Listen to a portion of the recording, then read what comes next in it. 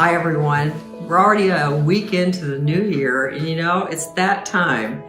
It's the time to start putting things away, and maybe you have already, but most would agree that decorating for the holidays is fun, but doing the reverse, taking everything down and putting it away, is a chore, and that's one I really don't care for. For one thing, putting away all the lights and decorations makes things look so blah afterwards. Also, the whole process is so time-consuming and not nearly as much fun. So the past number of years, I've taken it in stages and made the whole process less painful by just doing a few things at a time. When I start to put away Christmas, I begin with the most obvious and usually do that about a week or so after New Year's. This means putting away the trees and the Santas, but maybe keeping out the more wintry decorations, maybe until Valentine's Day, depends on the weather. If we have a cold, snowy January and February, they might stay up a little bit longer.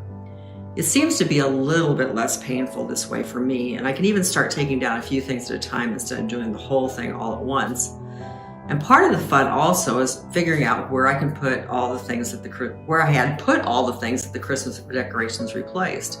That can take a little bit longer to find those things. One of the last things to be stored away for another year are my nativities. I know that a lot of people leave them out all year round, but most of mine are stored eventually.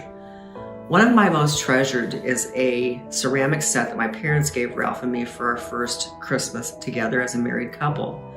It's white with some soft blue shading. It's very simple, but has always been a centerpiece in our Christmas decorations. It's held up well over four plus decades, with our kids and grandkids both examining and rearranging the pieces over the years. A donkey has lost the tip of its ear. A couple of things have had to be glued back onto the figures, but its simple, well-worn beauty always touches my heart. This year, when I set it out, I contemplated setting it up higher than usual because Penny Jo just loves to touch everything. She has her hands, just fingers on everything I have. So I knew that it would be a draw for her. Instead, I left it on a lower shelf like I planned, and sure enough, the first time she saw it, she was on her knees checking it all out and moving everything around.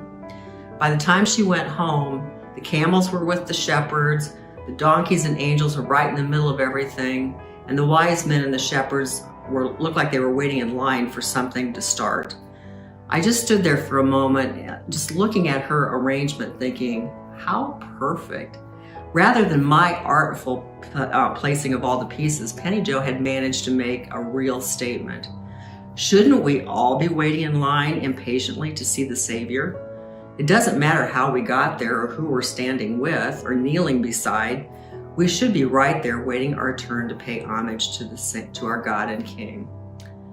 I eventually put the pieces back the way I had them before Penny Jo found them, but I will not forget the way in which a child can teach us so much without even intending to.